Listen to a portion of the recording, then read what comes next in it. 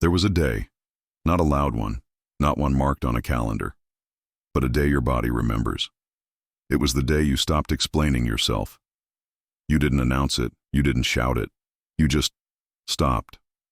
No more justifying your moods, no more softening your tone, no more apologizing for crying. Again, you had spent months, maybe years, defending every emotion. Sorry, I didn't mean to sound upset. It's not about you, I'm just tired. I'm not mad. It's just been a long day. You weren't lying. You were managing. Managing his reactions. Managing the silence. Managing how much of your truth was safe to say out loud, and it worked at first, until it didn't, until the explanations became rituals, and the rituals became prisons. You weren't communicating. You were negotiating your right to feel, and he knew it. He didn't need to yell. He just had to raise an eyebrow. Make a comment. Withdraw slightly. Drop the right phrase at the wrong moment. You're being dramatic. Here we go again. You always take things the wrong way. Are you really going to cry over that? That's how gaslighting sounds. Not violent, not chaotic. Just quiet enough to make you question if maybe he's right. So you explained. Not for connection, but for safety. And that's when the bond stopped being love and started being survival. You explained everything. Why you needed a moment. Why something hurt. Why your tone changed. Why you shut down. You made excuses for your pain so he wouldn't weaponize it, and he still did. Because that's what gaslighting does. It doesn't deny your emotions directly.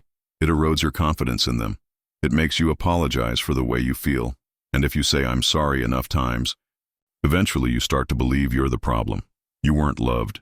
You were managed. And in return, you managed yourself. You became careful, calculated, predictable. Not because you were weak, because you were exhausted. You spoke gently to avoid being labeled too sensitive. You kept your needs small to avoid being too needy. You pretended to feel okay to avoid being called too much.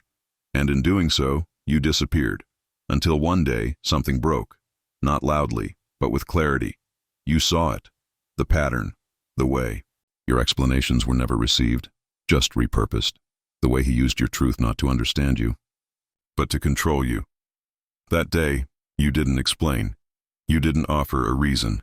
You didn't justify why you felt distant. You just stayed quiet. And in that silence, something shifted. It wasn't revenge. It wasn't punishment. It was preservation. Because when someone twists your words long enough, you stop giving them words to twist. You weren't shutting down. You were shutting him out, and he felt it. Not because he missed you, but because he missed the power, the access, the reaction. Gaslighters don't panic when you yell. They panic when you go quiet, because silence is not what they expect. They expect you to fight, to cry, to plead, to chase. When you do none of that, they lose their script. They lose control.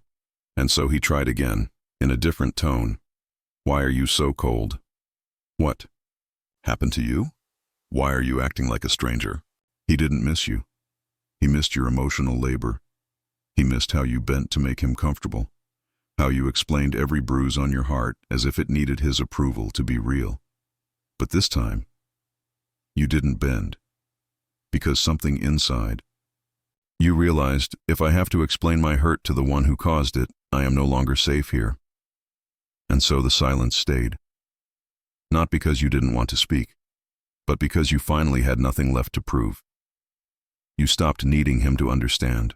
You stopped needing him to believe you. You stopped needing him, period. And that was the beginning of your freedom. You didn't wake up one day and decide to shrink. It happened slowly, subtly, like a house settling on a cracked foundation. Just a little more each day until the walls no longer held you. At first you spoke freely. You said what you felt. You shared what bothered you.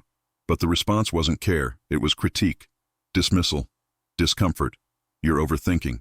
You're so sensitive. Here we go again. And so, little by little you adjusted. Not because you wanted to, but because you had to. You learned that every emotion came with a cost, every truth, a consequence, every vulnerability, a weapon, handed to him. So you began editing your pain, softening your words, delivering your needs like they were favors you had to earn. You didn't stop explaining because you didn't care. You explained more, with clarity, with caution, with emotional intelligence. And still, you were misunderstood, intentionally. That's when explaining stopped being communication and became survival. It wasn't about being heard. It was about minimizing the fallout. You weren't talking to connect. You were talking to de-escalate. Every sentence was measured, every word filtered, every tone adjusted. You weren't expressing yourself. You were avoiding another silent punishment, another guilt trip, another cold withdrawal, and the worst part, you blamed yourself. Because that's what gaslighting does. It makes you believe that if you just said it better, softer, kinder, he wouldn't react that way. But it was never your tone. It was your truth. And your truth was inconvenient, because it challenged the version of himself he needed to maintain. The one where he was always the rational one, the calm one, the good guy, who just didn't understand why you were so emotional. You became fluent in emotional containment. You knew how to fold yourself, to quiet your gut, to manage his moods before managing your own, and everyone thought you were so composed, so strong, so understanding. But they didn't see the cost. They didn't see the nights you replayed conversations, wondering what you did wrong. They didn't hear the way you coached yourself to stay small, to not ruin the mood. They didn't see how you disappeared in plain sight, because you were always the one explaining, and in doing so, you disappeared. The woman you used to be, she was expressive, curious, honest, open. Now she was cautious, tense, detached, not because she stopped caring, but because she got tired of bleeding in front of someone who called it drama. And even still, you tried. You gave him more chances than you gave yourself. You gave him empathy, space, compassion. You gave him explanations he never asked for, because deep down, you wanted to be seen, understood, loved. But you were not loved. You were studied, measured, tolerated. So long as you didn't make things too hard, you started asking yourself, maybe it really is me. Maybe I expect too much. Maybe I'm broken. But the truth is this, you weren't too much. You were in the wrong place. Your emotions were never the problem. His inability to meet them without turning it back on you, that was the problem. And still, you kept explaining, hoping your words would open something in him, that maybe if he just heard it the right way, he'd finally get it, but he never did, because he never wanted to. And then came the shift. Not loud, not dramatic, just different. You stopped chasing clarity. You stopped trying to convince. You stopped translating your pain into polite language. You let the silence fall. And you noticed something strange. He didn't come closer. He just got louder. Not with words, but with tactics. Passive aggression, sudden coldness, pretending everything was fine. Because your silence meant one thing to him. You were no longer manageable. And that's what scared him. Not losing your love, but losing control. Because as long as you explained, he had access. He could twist your words, use your emotion, redefine the story. But now, you were quiet. And in that quiet, you finally began to hear yourself again. Not the edited version, not the filtered one, but the voice underneath it all. The one that whispered, I don't need to keep proving my pain to the one who caused it. That's when you started breathing again, not deeply, not freely, but enough to know you weren't crazy. You were conditioned. You weren't broken. You were emotionally exhausted. And now you were done. It didn't happen all at once. You didn't wake up and decide to go quiet. It was a slow, quiet erosion, word by word, explanation by explanation. Until one day, you had nothing left to say. It wasn't apathy. It wasn't revenge. It was exhaustion. the kind of exhaustion that wraps itself around your bones and whispers, "Stop. Please stop." You had been explaining yourself for so long, you forgot what it felt like to simply exist without justification. You had turned your truth into strategy. You didn't speak to connect, you spoke to prevent collapse. But on that day, you said nothing. He asked, "What's wrong?" You didn't answer. He pushed, "Are you going to ignore me now?" Still nothing, because you knew what would happen. You knew the moment you opened your mouth, your words would be used against you, reframed, spun, dismissed. So you stayed quiet. And that silence wasn't absence. It was a line, not drawn in anger, but in survival, because silence in that moment was the only language left that couldn't be rewritten.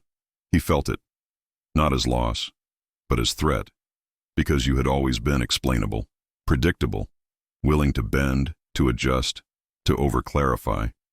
But now you weren't offering anything. No defense, no dialogue, no entry point. And that terrified him, because without your voice he had no way to manipulate the outcome. That's the part no one tells you about leaving toxic dynamics. You often leave in silence, not because you're cold, but because your truth was never safe in the room to begin with. And when your silence became a boundary, he called it disrespect, coldness, punishment. Because narcissists mistake your self-protection for offense. They believe your silence is an attack, when really, it's the sound of a woman who's finally listening to herself. He pushed harder. Passive. Aggression, fake concern. Sudden sweetness you'd begged for months ago. But you knew the pattern. You'd seen the script.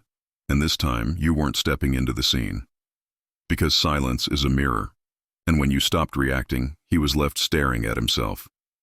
No audience. No applause. Just the raw reflection of his behavior without your voice to distract from it. And that's when it hit you. Your silence wasn't just a defense. It was a truth louder than anything you'd ever said. You weren't being mean. You were finally being clear. You were no longer seeking to be understood. You were honoring what you already knew. You were no longer arguing.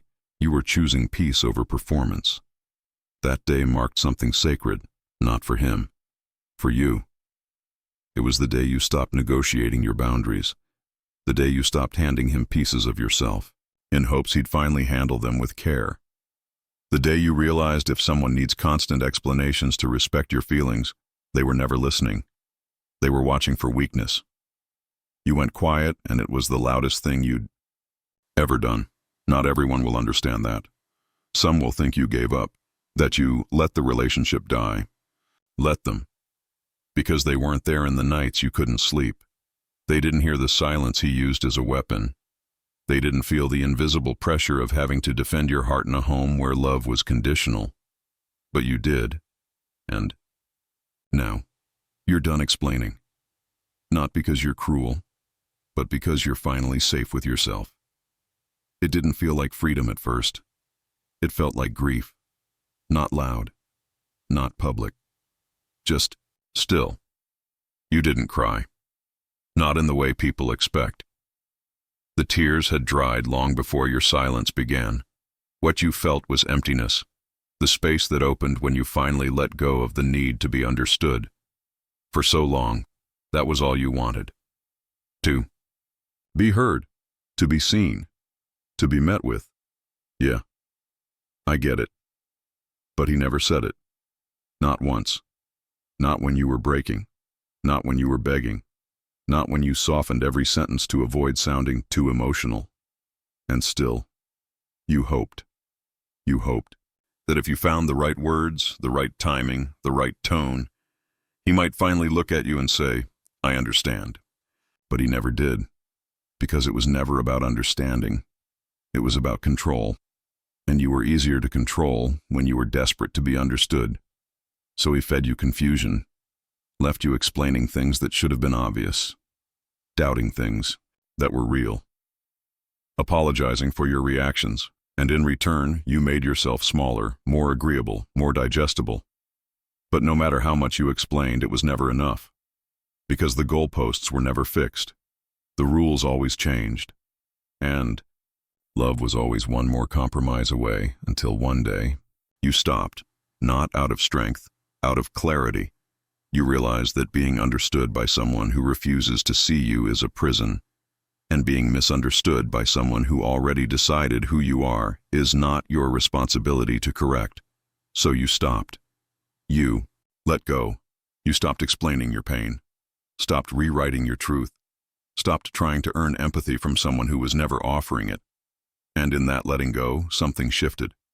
It wasn't loud. It didn't announce itself. But it was there.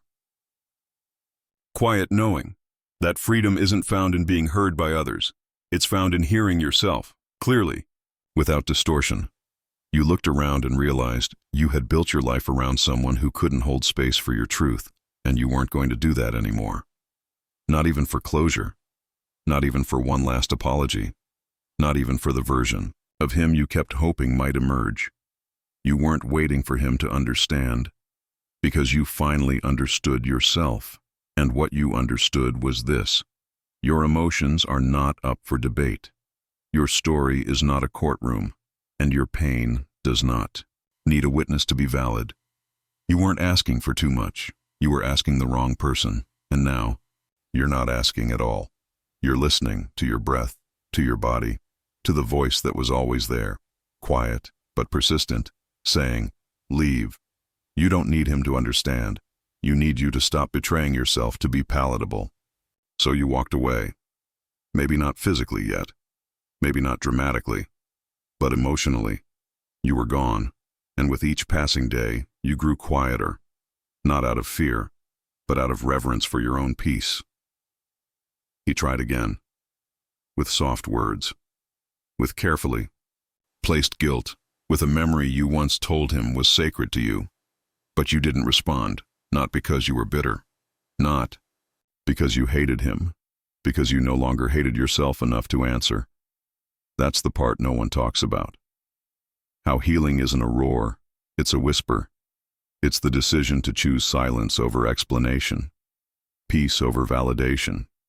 You over him, and now you're free. Not because he changed, not because he apologized, but because you stopped needing any of it to be okay. You are okay, and you are done.